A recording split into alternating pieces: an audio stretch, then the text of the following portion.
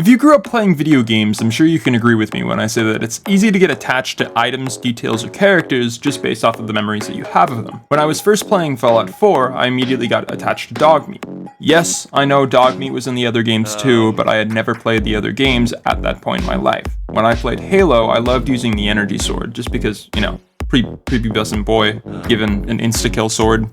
Swish swish.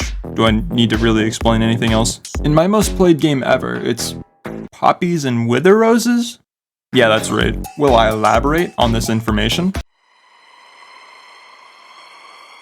No. This leads me to my main point. I've always struggled with keeping a hardcore world alive just because I get incredibly bored. At a certain point, I just kind of feel aimless. So why not set an insane goal that is going to be very difficult for me to complete and set me in a right direction, like, I don't know, collect 1,000,000 poppies and wither roses?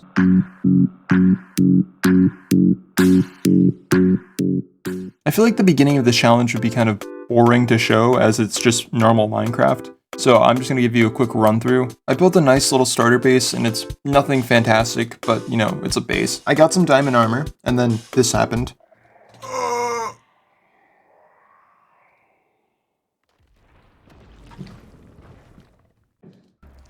It's time for me to go. I went to the nether, and then this happened. I go through the nether portal, and this is the spawn that I get. Like, I'm in hardcore!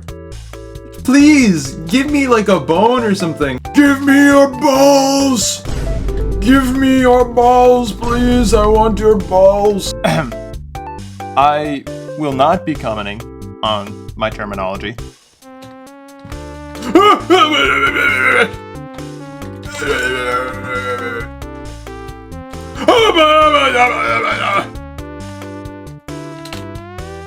Unfortunately for me, it took me another 2 hours to find a fortress. I have been searching for 2 hours, and I finally found a fortress. I collected quite a hefty amount of blaze rods. I then decided to get a couple more pearls for Eyes of Ender and to be able to get to the nether roof. What is, bro, where is bro going? Where is bro going? Where are you going?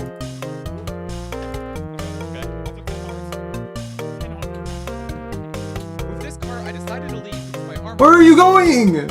I am losing my mind. Oh my god, I've killed like 20 endermen and I've gotten 2 pearls. 2! The drop rate is 50%. What? What? Dude, I'm actually going insane. I am going to get manic. I swear to God. Now, here's where things start to get interesting. If you've looked closely, you can see at the top right of my screen, there is Bad Omen. It's Bad Omen 4. So I have to get rid of it in some way, and I want totems, so I'm going to go do a raid. Oh my f***ing God! Oh, jump scare, Jesus! Okay, so there's a village not very far from my base. I'm gonna go in and I'm going to get a totem, hopefully. Why did the Vex come out of nowhere at the worst possible moments? I made some new tools and armor so that I could enchant and go fight the dragon.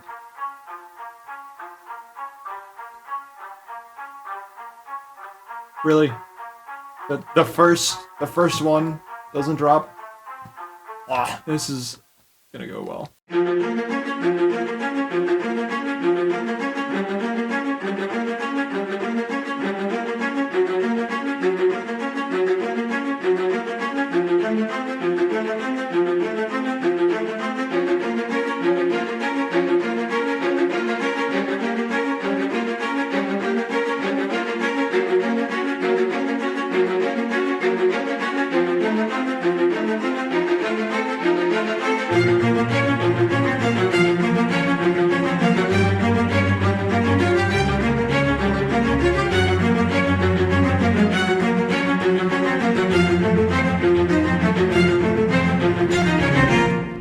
Finally! Jesus.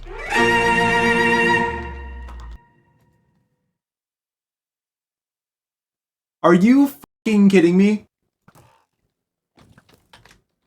Okay. Where'd he go? Where'd he go? What the f***? Oh, yeah. I didn't realize I could get hit by the shulkers. Here's where things start to get fun. In order to farm poppies, I need an iron farm. And in order to build an iron farm, I need villagers. And I hate moving villagers.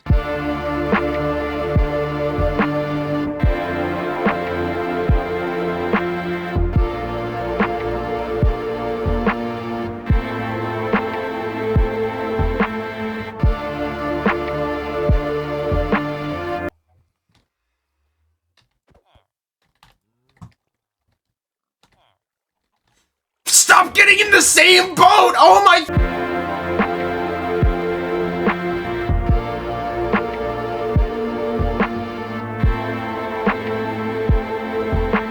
Yes! Yes! Oh my god. Oh my god.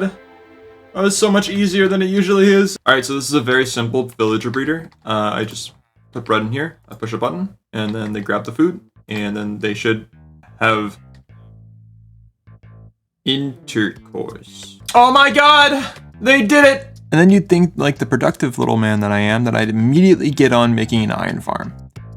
You'd be wrong. I made a villager trading hall so I could get mending. I made a hoglin farm because I was running out of food. Then I made an enderman farm because I wanted enough XP to be able to put unbreaking on my sword. And then finally, I got on my test world to build the iron farm. Okay, so this farm on its own will get us 1,125 poppies per hour. However, this farm will get us 4,500. I'm gonna go ahead and explain how this works. So, a zombie's in this cage, right? Iron On both golems sides can only are spawn able to villagers see from very very Yeah, you don't actually need to know any of the technical mechanics. In order to make this farm, I knew I needed more blocks. So, I wanted to build a tunnel bore. A tunnel bore is a type of flying machine that allows you to duplicate TNT and use it for mining. Of course, in order to do that, we need a slime farm. So, yeah, I built the slime farm. This is a tunnel bore that we'll be using. It has a lot of mechanics that I understand, but would struggle to put together. In order to activate this thing, you click this no block, it flings TNT, and then presumably... Wow! Magic! It's the first time that I've done that, so I didn't know if it was gonna work. I knew I'd need a crap ton of ancient debris for a tunnel bore, so I planned on mining for it, and then I realized that that was too slow. So when I got enough ancient debris, I made a tunnel bore in the nether. However, once I started using it, I was like, oh, this is inefficient. So I went back to mining. So I can make it bigger! That's a joke. I knew realistically a tunnel bore in the nether would be inefficient because of the low blast protection on netherrack, so I ended up getting 15 ancient debris to begin with. Oh look, I'm in full netherite. I wonder what happened. Oh look, the tunnel bore is done. I wonder what happened. Oh look, there's a cow underground. I actually don't know how this one happened. Now the unfortunate thing is that while I was mining this space out, I kind of realized that 100 stacks of blocks is completely doable. I built this whole machine for one purpose and I don't even get to use it for its desired intent. Diamonds! It's ironic, I'm building a crazy iron farm so that I can farm poppies instead of iron, and I built a massive tunnel bore so I can farm building blocks instead of diamonds. The plan is to make the farm more efficient by adding nether portals. Pretty much every one of the most efficient farms in Minecraft uses nether portals to cut down on kill times. So I needed obsidian. A lot of it. And there was no way I was gonna mine that much obsidian without haste. You may be asking yourself, Ingy, where'd you get enough iron for a beacon?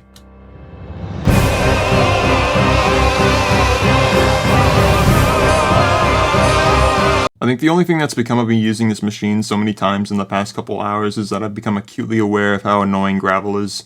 Oh no, diamonds! No! No! No!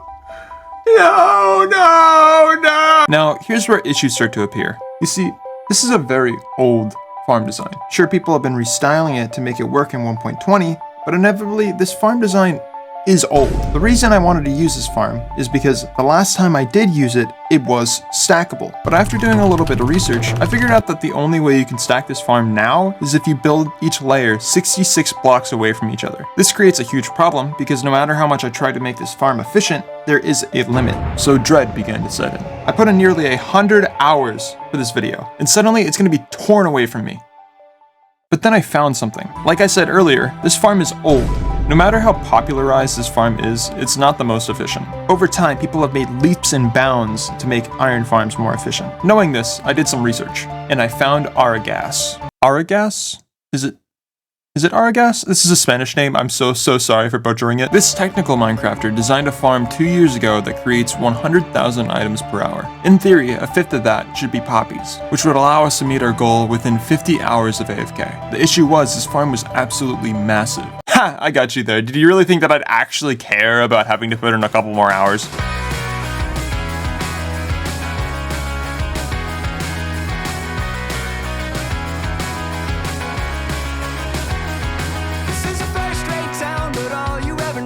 The ways it stretched too far, and it has been knocked down while some of us are still left here between the scars. But when you look around, all you ever notice is you cannot see the stars. This is a first-rate town, you know.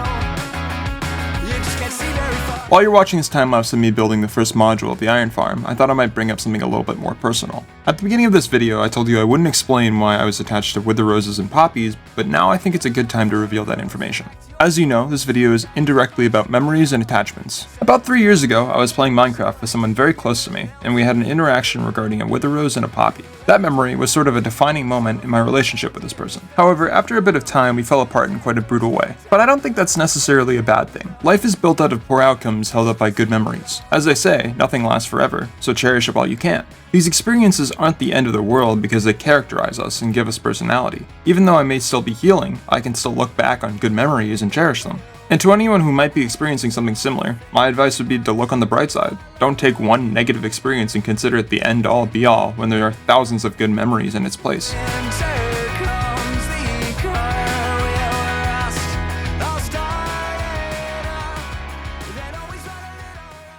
So I just finished the first module. Now all I have to do is move village. Can you shut the fuck? Anyway, I just finished the first module. Now all I have to do is move 21 villagers, break a pillager's crossbow and move him, then repeat this entire process 35 times! I did manage to get a silence armor trim from an ancient city, and this is how that went. Look at bro. Look, he's... I just put a wonderful smelling meal in front of a blind guy and then took it away immediately. Despawn! Despawn! Why is he so fucking fast? Why is he so fast? Hey!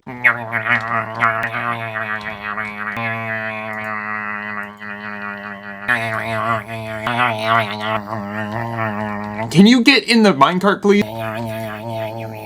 I'm finally done. I don't know if I can say I'm the same person as I was before. Hee hee, Boko burr. Wow, this is peak entertainment. Am I right? This is just so entertaining. This is great. I love this. This is the best entertainment I've ever had in my... Oh, look at how well behaved he is. He's sitting so politely. I'm going to enslave you. Now, after several hundred hours of work, we can finally say that we are farming poppies. Alright, I'll see you guys when I've done this 35 more times.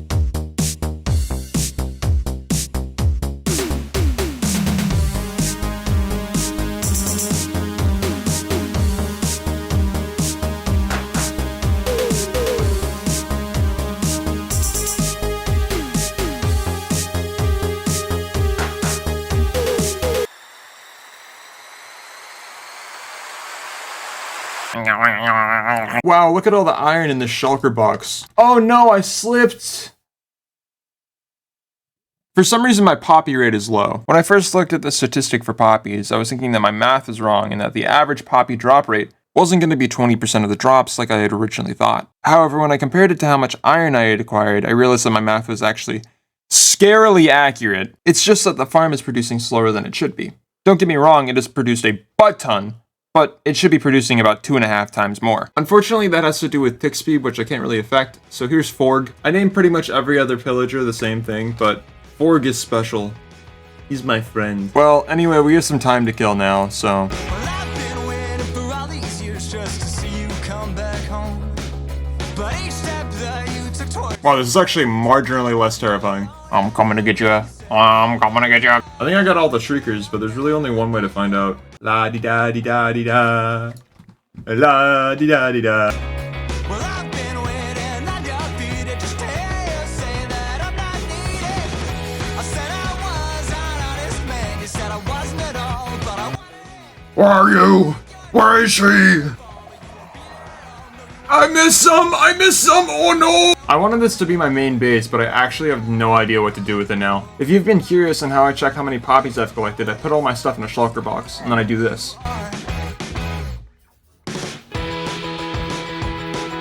I kind of forgot I could control Q, so I've been wasting a ton of time. Looks like we're about a fifth of the way there. I'm about to style on this dude! Come here! Damn! Damn!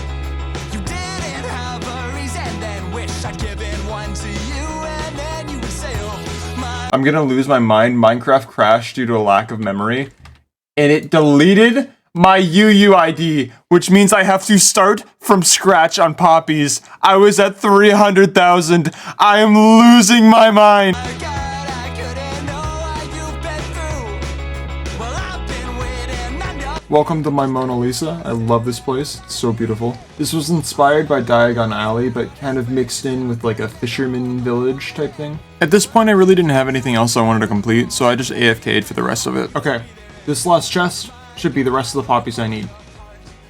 Alright, moment of truth. Let's f***ing go! Unfortunately, we couldn't get the wither roses in, but that's what part 2s are for.